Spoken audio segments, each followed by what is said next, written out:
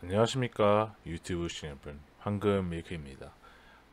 지금 윤석열 대통령이 이끌겠다고 한 내용이 지금 파장이 돼서 내용을 가져왔습니다. 내용은 좀 됐죠. 어, 상속세랑 금투세 폐지를 하겠다. 상속세는 이제 폐지라기보다는 이제 공제 한도를 좀 더 늘리겠다, 이런 내용입니다. 기사를 보고 가시면은 금투세 폐지하고 상속세 부담 낮출 것이다. 사실 금융투자세는 지금 윤 정부가 가고 있는 방향이랑 안 맞죠. 지금 기업들한테 뭐 배당하면은 세금 법인세 면하게 해주겠다.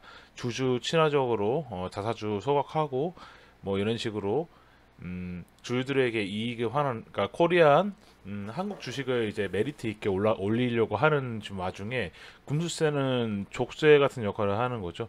지금 현행 금투세 이야기 잠깐 보고 가겠습니다. 금투세는 주식, 채권, 펀드, 파생상품, 금융투자 관련 일정 금액이 넘는 양도소득에 20에서 25% 비율을 과세하는 제도다. 줄여서 금투세라고 합니다. 뭐 그냥 간단하게 보시면 여기 내용 나와 있는 게 그냥 다예요, 다. 이제 금융 투자로 얻는 상품을 주식 5천만 원, 기타 250만 원이 넘는 소득에 대해서 전면 과세하는 제도다. 이렇게 하게 되면은 예를 들어서 뭐 5천만 원이라 이 큰 돈이죠. 굉장히 큰 돈이죠. 근데 전업 투자자 하시는 분들이나 뭐 아니면 액수가 좀 높으신 분들, 뭐 사실 1억이 있다고 엄청난 벼락부자라고 할 수는 또 없는 거잖아요. 큰 돈입니다. 1억도 분명히. 제 영상에서도 많이 얘기했지만 1억 종잣돈 시드머니를 모아라 뭐 이런 얘기를 많이 했는데, 간단하게 네이버를 1억으로 뭐 1억어치를 뭐 지금 주가로 샀는데, 이 네이버가 갑자기 떡상을 해가지고 30몇만 원이 됐어요. 그럼 두 배의 수익을 받잖아요. 그럼 2억을 번 거잖아요. 1억을 번 거잖아요. 두 배니까.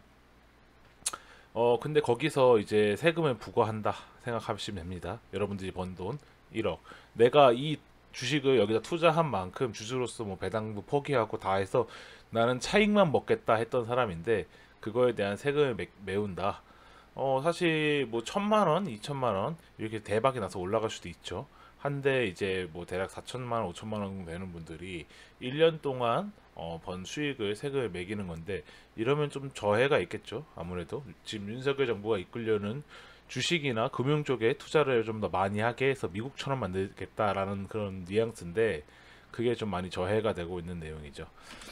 이제 내용을 보도록 하겠습니다. 윤 대통령이 대통령실에서 국무회의에 개인 투자자를 보호하기 위해 금투세를 폐지하고 배당을 비롯한 적극적인 주주 환원을 유도하는 세제 인센티브를 도입하겠다. 앞서 말했던 내용이죠. 우리 자본시장은 2,400만 개인 투자자와 그 가족들과 밀접하게 연결되어 있다. 자본시장이 제대로 평가받아야 기업에 투자한 국민들이 기업 성장에 늘어난 수익을 더 많이 늘 수 있게 됐다라고 강조했습니다.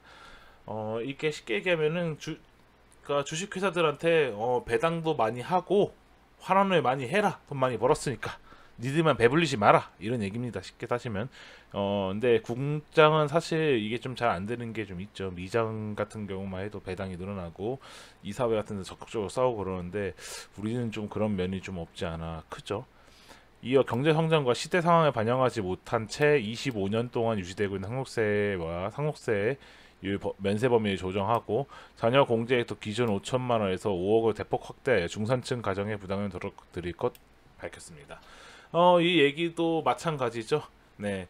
25년 전에 만든 세제 법안을 지금 2024년에 쓰긴 좀 많이 어렵죠. 네, 시대 상황에 반영하지 못하는 것도 많이 크고요. 25년 전에 제가 지난번 영상에 찍었지만 대략적으로 지금 그래서 10년 전만 봐도 지금 최저임금이 4천 얼마 시대였거든요. 지금 만원 시대예요. 최저임금만 두 배만 올랐는데 지금 대략 이게 10년이거든요. 15년 전에 최저임금과 지금 또 비교해보면 또 25년 전에 최저임금이랑 비교하면 다르겠죠. 단순하게 이건 최저임금으로 계산한 겁니다. 그때 소득 뭐 이제 이런 거 통계청으로 보면 좀 더 내용이 다르겠지만, 이거는 10배를 늘린다라고 해도 사실 큰 에러 사항은 아닌 것 같다고 저는 생각을 합니다. 예. 지금 제가 방금 말씀 최저임금만 해도 지금 10년 전으로 돌아가면 벌써 2배가 낮아요. 지금보다 더 낮아질 거 아니에요. 여기서 15년을 더 하면은 나쁘지 않다고 생각을 합니다. 예. 지금 부동산 값도 많이 올라서 뭐 경기도권에 있는 아파트, 괜찮은 대장 아파트나 아니면 그 외의 아파트라던가 서울에 있는 내가 서울에 진입해서 열심히 30년 동안 빚 갚았는데 집이 가격이 엄청 많이 올랐다. 이런 분들 같은 경우도 자녀분들에게 공제를 해주고 싶은데 자녀들은 상속을 당연히 하겠죠. 근데 그 천문학적인 세금을 내야 되는 아이러니한 상황이 펼쳐지게 됐죠. 그 집 또한 또 세금을 내고 재산세도 내셨고요. 거기다 이제 그 근로소득에서도 또 세금을 떼었죠. 그 지금 2중, 3중 세금을 내라는 얘기인데 이걸 개편해야 한다. 이제 이런 의지는 정부랑 국회가 다르지 않다 생각한다. 야당의 얘기를 하는 겁니다. 좀 도와달라. 그리고 이제 뭐 쭉 얘기하는데 뭐 작년 우리 1인당 국민소득이 이번에 추월했다. 뭐 이런 얘기 나옵니다. 긍정적으로 보고 있는 것 같아요. 사실 지금 한국 경제 수출 쪽은 나쁘지 않다고 저는 생각을 합니다. 이번 반도체나 여러 가지로 해서 좀 한숨 돌린 수준이라고 저는 생각을 하는데 개인적으로는 그렇게 생각을 합니다만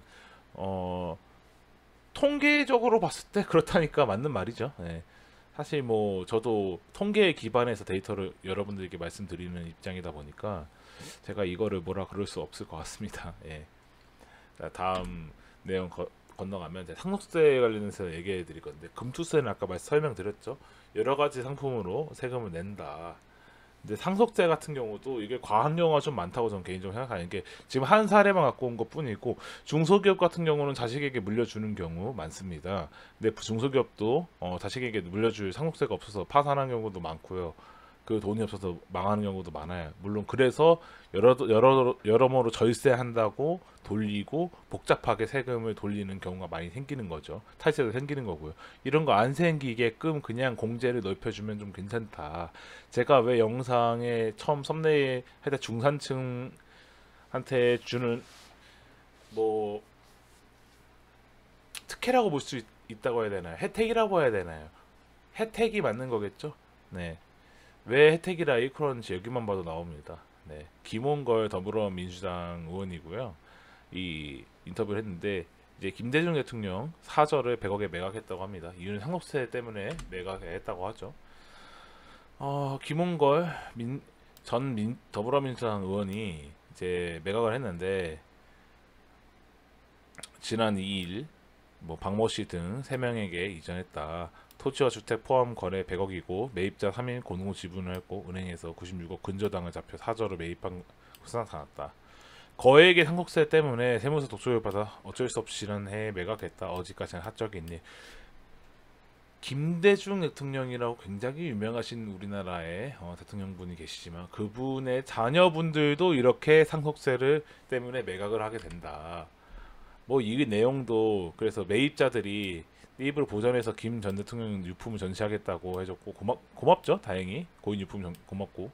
근데 뭐 이런 얘기를 하지만 결국 이 내용도 결국 상속세 때문에 어쩔 수 없이 돌아가신 아버지의 집을 팔아야 되는 가격들이 됐습니다. 이렇게 봐도 상속세가 과연 부자 감세라고 할 수 있을까요? 자식들이 꼭 부자라는 법도 없는 거고요. 그리고 중소기업이라든가 그렇게 이제 중산층이 무너지지 않고 버티게 해준다면 그들이 또 그 돈을 가지고 소비를 할 겁니다. 투자를 한다든가 고용을 한다든가 아니면 뭐 소비를 또 한다든가 그렇게 내수해서 돈을 돌게 하려는 이번 정부의 전략 아닐까 저는 그렇게 생각을 해봅니다. 이게 부자 감세라고 뭐라 할 게 없는 게 진짜 부자는 이거랑 관련이 없어요. 진짜 우리가 말하는 상위권 부자들은 이거랑 관련이 없어요. 그분들은 여러분들이 뉴스에서 보고 있고요. 뭐 재벌가분들 그분들 상속세 어마무시하기 때문에 이런 거랑 상관관계가 없어요. 뭐 5억 끼케야 5억입니다. 그분들 입장에서 몇 조 단위에 몇 천억 단위 얘기하는 사람들한테 5억은 끼케야 5억이에요. 끼케야. 어느 정도가 부자인지 어느 정도가 서민인지 정확히 저는 모르겠지만 뭐 동탄에 있는 아파트를 사서 그게 이제 동탄 신도시가 돼서 재개발할 때 당시에 들어와가지고 큰 돈 투자해서 집을 샀는데 그게 지금 엄청나게 올랐다. 근데 그거 내 자식한테 물려주는데 그 부자 세금 감세다? 이러면 조금 끄적거릴 것 같긴 해요. 예. 물론 객관적인 지표 따라 액수가 뭐 10억짜리, 10몇억짜리 이런 게 비쌀 수 있어요. 근데 지금 현 세대 수도권에 있는 서울에 있는 아파트값 아무거나 찝어도 그것보다 높고요. 대략적으로 뭐 이제 경 서울 수도권 외곽편으로 이제 뭐 송도나 청라, 동탄 뭐 이런 식으로 쭉쭉 넓혀가다 보면은 더 비싼 아파트들 많습니다. 그 사람들 다 부자 아니잖아요. 적당한 중산층입니다. 월급 많이 받아서 혹은 뭐 대출을 많이 받으셔서 그 집을 산 게 다인 사람들인데 굳이 그걸 부자라고 욕할 필요가 있는가? 또 그들한테 그렇게 혜택이 예를 들어 5억이 가면은 적당히 받을 거 있는 서민들은 그거랑 상관없이 무조건 공제를 받는다라고 생각하면 하시면 됩니다. 우리 부모님이 빌라 한 채 남겨주셨는데 그거 세금 안 내고 그냥 다 내가 할 수 있는 거예요. 내가 가질 수 있는 거예요. 그렇게 생각을 하시면 되는 거예요. 욕할 게 없어요. 5천만 원 솔직히 전 너무 적다고 생각했어요. 뭐 2억 5천, 뭐 3억 정도 될 줄 알았는데 이번에 파격적으로 얘기했는데 5억짜리 던져놨으니까 아마 여당 야당 합의 보면은 뭐 대충 2, 3억 정도로 해결되지 않을까. 그럼 이런 진정 이제 서민들은 혜택을 받지 않나 싶습니다. 대략적으로 부모님이 남겨주신 뭐 구축 아파트라든가 뭐 빌라라든가 뭐 이런 것들을 상속세를 좀 안 내고 내가 받을 수 있다. 내 부모가 평생 일해서 받은 걸 내가 물려받는데 이걸 꼭 세금으로 다 물어야 하는가? 저는 그렇게 생각을 합니다. 오늘 내용 다소 조금 난잡하고 복잡하게 제가 얘기했는데 사실 별거 없어요. 이렇게 금투세를 폐지한다고 하면은 좋은 거는 개미들이 좋은 거고요. 기본적으로는. 그리고 상속세를 저렇게 공제한도로 넓혀준다고 하면은 기본적으로 아까 말했다시피 5억이 안 되면은 3억, 2억 5천 이렇게 단위 공제가 될 거기 때문에 어느 정도 서민에게 혜택을 받는다. 액수가 크니까 뭔가 느낌이 다른데 중산층도 부자라고 해야 되는 건가? 우리가 한번 되짚어 볼 필요가 있습니다. 그리고 저걸 부자라고 욕할 게 아니라 내가 저 자리에 가야지라는 생각을 가질 수 있는 저희 시청자 여러분 되셨으면 좋겠습니다. 오늘 영상 유익하셨다면 좋아요와 구독 한번 눌러주시고 여러분의 생각을 댓글로 남겨주시면 감사하겠습니다. 시청해주신 유튜브 여러분 감사합니다. 황금밀크였습니다.